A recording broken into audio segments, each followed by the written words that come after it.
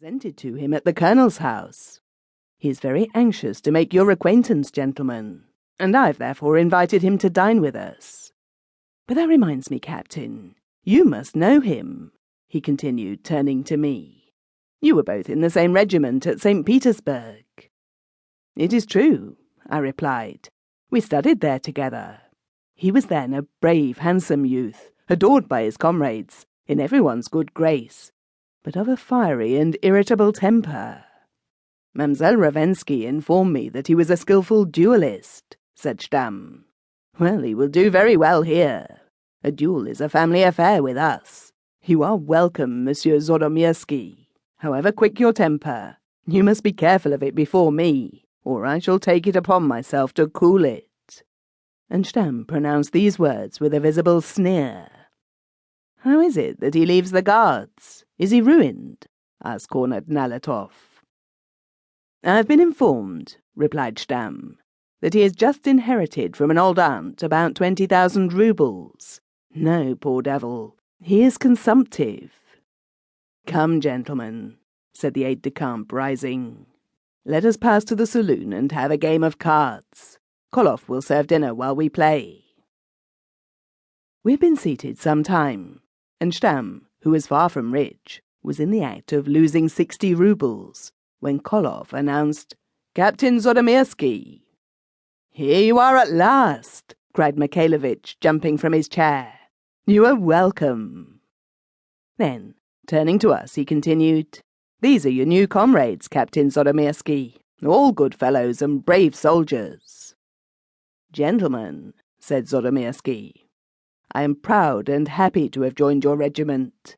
To do so has been my greatest desire for some time, and if I am welcome, as you courteously say, I shall be the happiest man in the world.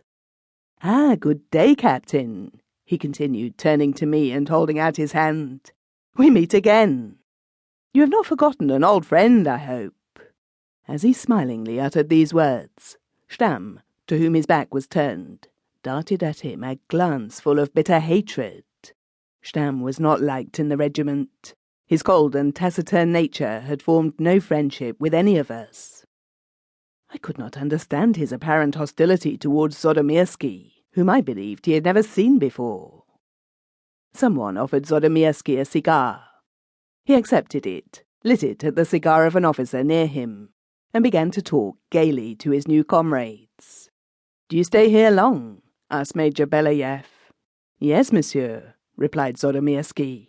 I wish to stay with you as long as possible. And as he pronounced these words, he saluted us all round with a smile. He continued, I have taken a house near to that of my old friend Ravensky, whom I knew at St. Petersburg. I have my horses there, an excellent cook, a passable library, a little garden, and a target, and there I shall be quiet as a hermit and happy as a king. It is the life that suits me. Ha! You practice shooting, said Stamm, in such a strange voice, accompanied by a smile so sardonic that Zodomirsky regarded him in astonishment. It is my custom every morning to fire 12 balls, he replied. You are very fond of that amusement, then? Demanded Stamm, in a voice without any trace of emotion, adding, I do not understand the use of shooting unless it is to hunt with. Zodomirsky's pale face was flushed with a sudden flame. He turned to Stamm and replied, in a quiet but firm voice, I think, monsieur, that you are wrong in calling it lost time to learn to shoot with a pistol.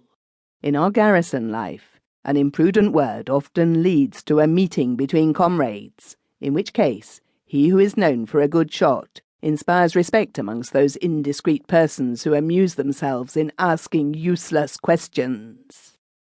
Oh, that is not a reason, Captain.